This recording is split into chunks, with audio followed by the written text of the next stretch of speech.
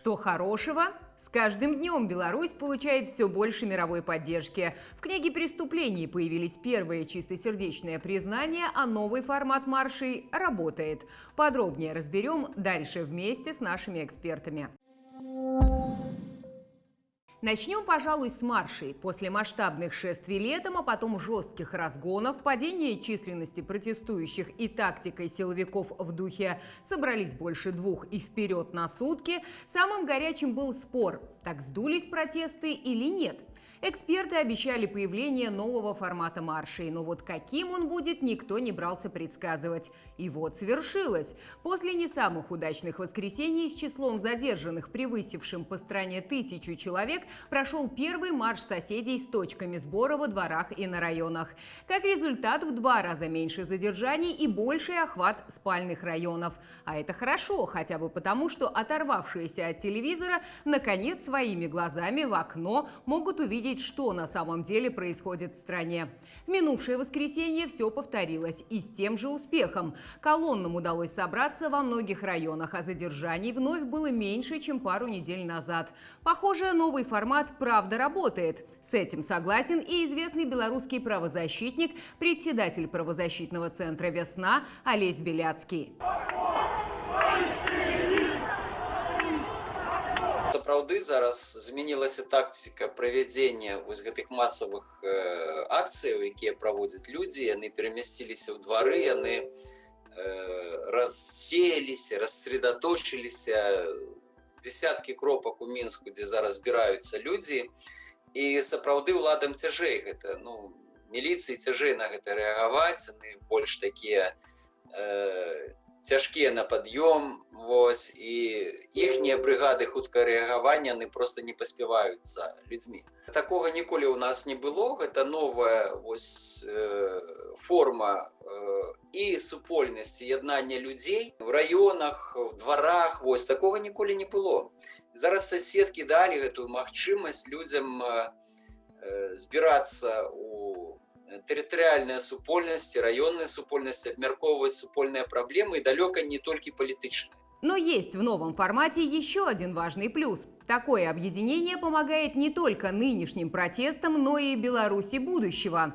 Олесь расскажет, как именно. 90% людей, якія зараз жывуць у гэтых чатах, а там сотні тысяч беларусаў на сённяшні дзень, калі не мільёны, гэта людзі, якія раней баяліся палітыкі, абыходзілі палітыку, і ввогуле все пытанні, звязаныя з вось такой грамадскай дзейнасцю, яны лічылі небяспечныя, яны не былі в гэтых пытаннях, і зараз ідзе вось такая палітычная адукацыя на народным узроўні. Зараз замест вось такой штодзённай газеты, якую чыталі там в свой час людзі там, вот, то зараз ёсць вось гэтыя раённыя чаты, якія даюць вельмі багата карыснай інфармацыі. Мне здаецца, яны спрыяюць узнікненню ў Беларусі грамадзянскай супольнасці. Бо локальная супольнасць – это тое, на чым трымаецца ўвесь свет, і вся дэмакратыя, так бы мовіць. Развіццё гэтых локальных супольнасцяў – гэта феномен вось этой беларускай мірнай рэвалюцыі апошніх месяцаў таго, чаго у нас раней не было. Это, конечно, хорошо и не может не радовать, но, думаю, редкие любители прогулок по воскресеньям не скучают по атмосфере и размаху первых маршей. Вернутся ли они – это, конечно, вопрос. Скорее всего, не в разгар пандемии. Зараз, мабыць, все ж таки прыйшла зіма, і я думаю, што актыўнасць будзе зніжацца. Яна аб'ектыўна мусіць зніжацца, бо людзі не жалезныя, і плюс вот гэтыя вечныя і пастаянны пераслед, які зараз сыплецца на актывістаў, ён, безумоўна, адыгрывае сваю негатыўную ролю, плюс ковід таксама, багата хто хварэе, я просто па чату бачу, што дзесяткі людзей зараз хвареюць вось в раёнах там маіх суседзяў, яны не ходзяць на акцыі, хаця хацелі б. Вось гэта все не самы лепшы час. Але ў нас, як заўсёды, прыходзіць весна і пачынаецца ажыўленне, і я перакананы, што яшчэ пару месяцаў нам трэба зараз перасидзець, сабраць сілы, сабрацца духам, адпачыць добра на Новы год. І тут я думаю, што вот эта народная фантазія зноў будзе буяць. Зараз актыўна абмяркоўваецца там в сувязі з тым, што пачалі перапісваць кватэры, у якіх вывешаны сцягі. Вось это зараз ідзе таксама в маім раёне. і люди абмяркоўваюць, якія ялінкі ставяць бел-чырвона-белыя, якія сніжынкі клеяць бел-чырвона-белыя. Это актыўна ідзе вот зараз такое народная творчасць, я сказаў бы. І Новы год, я думаю, у нас пройдзе весела, а пасля Новага года там уже неўзабаве весна. І тут збег абставін, а я думаю, што эканамічная сітуацыя будзе все ж таки дыктаваць галоўную тут скрипку, што ў нас будзе з эканомікай. І тут ніякіх прагнозаў хорошых ніхто не дае на бліжэйшы час, то я думаю, што наступны год у нас павінен атрымацца вельмі гарачым, калі не вызначальным. Вельмі б хацелася, все, канешне, хочуць, каб наступны год быў уже вызначальны, но з другога боку, вось працэс стварэння палітычнага народа, вось так яго можна назваць, які у нас зараз адбываўся гэтыя 6 месяцаў, ён вельмі важны. Бо без гэтага, як паказвае вопытам нашых суседзяў ці іншых хуткіх палітычных зменаў, заўсёды адбываецца адкат. Калі людзі не гатовыя скарыстацца тымі магчымасцямі, якімі ім дае, ну, скажем так, рэвалюцыйныя змены ці любыя змены ўлады, якія вот раптам даюць дэмакратыю. Таму вельмі важна нам, каб наша грамадства было гатовае скарыстацца вось тымі зменамі непазбежнымі, якія адбудуцца пасля змены ўлады. Інакш мы атрымаем другога Лукашэнку, ці там 5 больш дробных лукашынят, якія нам па вялікім рахунку створаць не менш праблем, чым стварае зараз адзін Лукашенко. Таму трэба быць гатовым, трэба быць спелым, і трэба, каб сотні тысяч людзей былі гатовыя пераняць гэтую сітуацыю, ось якая зменіцца ў выніку непазбежных зменаў, якія ў нас, я спадзяюся, вельмі спадзяюся, нават упэўнены, отбудутся в наступном годе. В общем, зимуем вместе с соседями и выясняем, а что еще хорошего. Новость о появлении единой книги регистрации преступлений облетела за последнюю неделю все СМИ и чаты. Еще один инструмент давления на тех, кто помогает держаться системе. Ну, отлично же. С другой стороны, и скептиков нашлось немало, мол, самые сознательные уже ушли из силовых структур, а остальные будут стоять до конца. Тем не менее, недели не прошло, а уже есть результаты. В книгу поступило более 300 заявок от потерпевших. И, что немаловажно, явки с повинной от тех, кто совершал преступление. О хороших новостях узнаем подробнее у представителя инициативы «Байпол» Игоря Лобана. Радует, что люди начали откликаться, то есть начали заполнять эту единую книгу, начали обращаться. Поступили в том числе и явки с повинной, и рапорты силовиков. К сожалению, их не так много, как хотелось бы, но они есть. В последнее время мы, в том числе на нашем канале, можем увидеть некоторые сливы с участием сотрудников милиции, да, с нагрудных регистраторов тех же. Это, безусловно, позитивная тенденция. Я думаю, что она продолжится, и сливов станет еще больше, больше и больше. Больше какой-то информации. Потому что, на самом деле, в рядах правоохранителей есть люди, которые хотят победы, добра. И, находясь там внутри системы, делают все в рамках своих возможностей для приближения этой победы. Я убежден, что строевые подразделения, вот, которые находятся именно на улице, участвуют в разгонах, они не перейдут. То есть здесь не надо ждать какого-то чуда. В то же время офицерский состав служб, которые не задействованы, скажем так, на разгонах, да, вполне возможно. И тенденция такая есть. Остальным пособникам режима тоже не стоит расслабляться. И если фальсификаторы выборов думали, что обо всех нарушениях забыто с приходом протестов и сменой фокуса внимания, то это не так. Еще одна хорошая новость в том, что в единой книге регистрации преступлений окажутся также и те, кто рисовал те самые 80%. О том, как это будет происходить, расскажут создатели платформ «Голос» и «Зубр» Павел Либер и Павел Маринич. Сотрудничество будет происходить практически напрямую. Сегодня платформа «Голос» совместно с платформой «Зубр» собрала достаточное количество доказательств фальсификаций на избирательных участках. В частности, это фотографии бюллетеней, которые мы сравниваем с фотографиями протоколов. И в тех случаях, когда в протоколах есть подписи членов избирательной комиссии, мы понимаем, что эти люди совершили, по сути, уголовное преступление. И все эти данные мы будем передавать в книгу регистрации преступлений, чтобы следователи, юристы, прокуроры, которые работают в команде книги, они, соответственно, могли эти данные обрабатывать, подготавливать материалы проверки и таким образом удостовериться в том, что ни одно из всех этих нарушений, из всех этих фальсификаций не будет забыто, не будет оставлено. И мы, в свою очередь, собираемся вернуться ко всем этим членам избирательной комиссии и предупредить их о том, что эта работа ведется, поскольку мы очень хотим, чтобы эти люди, которые прекрасно понимают, что они совершили преступление, чтобы у них все еще была возможность прийти в книгу, оформить явку с повинной, либо свидетельские показания, если они что-то увидели, и таким образом смягчить свое наказание в будущем. Первые, кто туда попадет, это 8562 члена УИК, на которых у нас есть неоспоримые доказательства.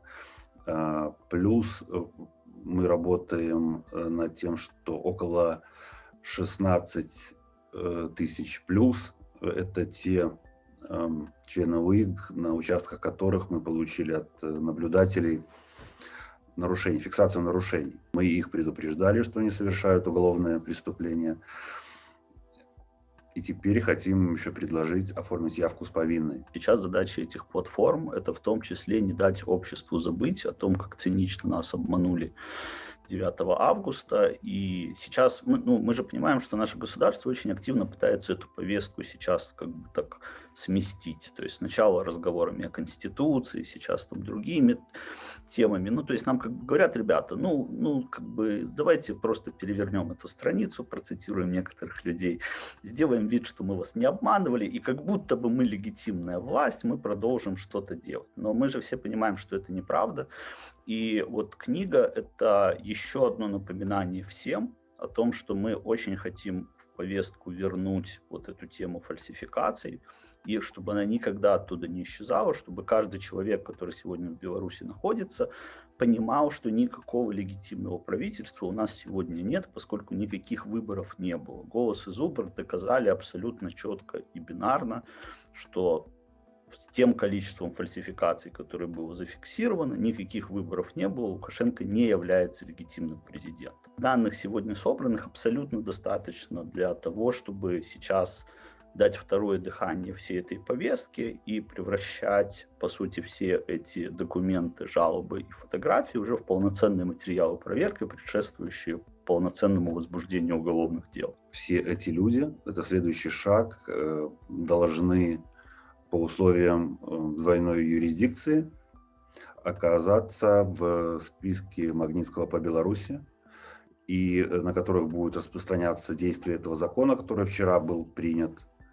Вот. И это уже не какие-то точечные санкции, это закон. Закон обратной силы не имеет, как вы знаете.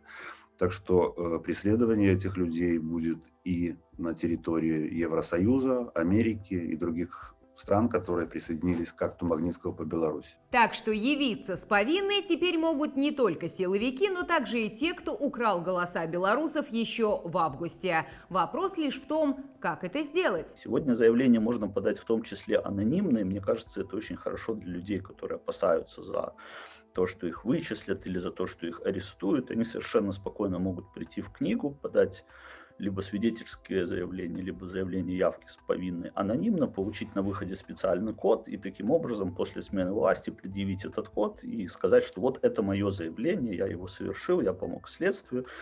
И таким образом в том числе себя немножко обезопасить. То есть тут очень важно понимать, что книга – это не только инструмент наказания, это в первую очередь инструмент какой-то осознанности и прощения для людей, которые понимают, что под действием приказов, либо угроз, либо шантажа они совершили противоправные действия. Самое лучшее в этой книге – это то, что любое преступление понесет, в общем-то, свое предусмотренное законом наказание. Мы все равно не останавливаемся. После членов УИК мы будем загружать туда судей.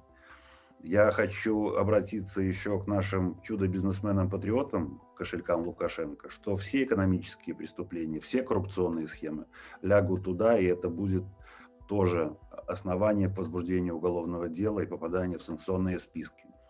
Так что, люди, пока у вас есть шанс, вы можете покаяться, и в новой свободной демократической Беларуси у вас есть шанс на снисхождение. Кстати, к новой Беларуси мы шагаем во всю мощь. И в этом у нашей страны есть большая поддержка. Об этом дальше. Помимо неопределенного настоящего, когда уже наступят перемены? У белорусов есть и другие вопросы. А что же после? Наступит победа в условиях острого экономического кризиса, и что есть-то будем в новой свободной стране? И хорошее в том, что над этим есть кому работать. Уже сейчас Беларусь заручилась поддержкой многих стран мира. И это, что важно, не только санкции, но также и финансовая поддержка на локальном и глобальном уровне. Узнаем, почему в будущее с оптимизмом смотрит советник Светланы Тихановской по международным вопросам Франак Вечорка. Самае хорошае тое, што Святлане ўдалося аб'яднаць усіх еўрапейскіх палітыкаў, усе еўрапейскія краіны ў падтрымцы Беларусі. Такога не было ні ў водным іншым пытанні. Такога не было ў гісторыі, што калі прыязджае Святлана, абсалютна супрацьлеглыя партыі, лібералы, кансерватары, усе працуюць разам і ўсе падтрымліваюць Беларусь.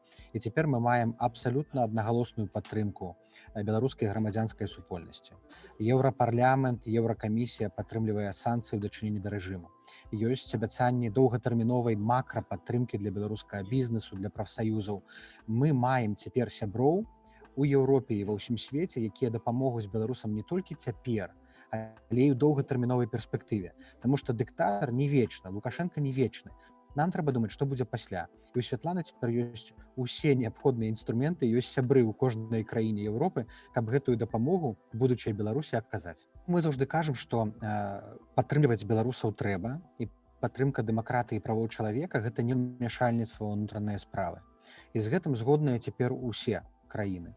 І план Маршала гэта зборны план, гэта вялікая праграма падтрымкі Беларусі на бліжэйшыя 5, 10, 15 гадоў. Усе еўрапейскія краіны зацікаўленыя ў тым, каб на ўсходняй мяжы Еўрасаюзу была надзейная, стабільная, мірная, нейтральная дзяржава. І ў пляне Маршала што гэта будзе? Гэта будзе план інвестыцыяў, это будзе падтрымка беларускай айцішачкі, это будзе падтрымка беларускіх прадпрыемстваў, якія, безумоўна, пасля Лукашэнкі акажуцца ў такім крызісным стане. Каб ніводзін беларус, які зараз сядзіць у турмах, змагаецца за свабоду, выходзіць на вуліцу, каб ён не адчуваў, што гэта ўсё было дарма. Каб сапраўды ён вельмі хутка, вось гэты кожны звычайны беларус, адчуў вынік. Глобальная поддержка и айтишечка – это, конечно, прекрасно. Но что будет с предпринимателями и работниками госпредприятий, особенно если они попадут под санкции, а? Глядзіце, напрыклад, я прадпрымальнік, і мой бізнес закрылі пасля майго ўдзелу ў страйку 26 кастрычніка.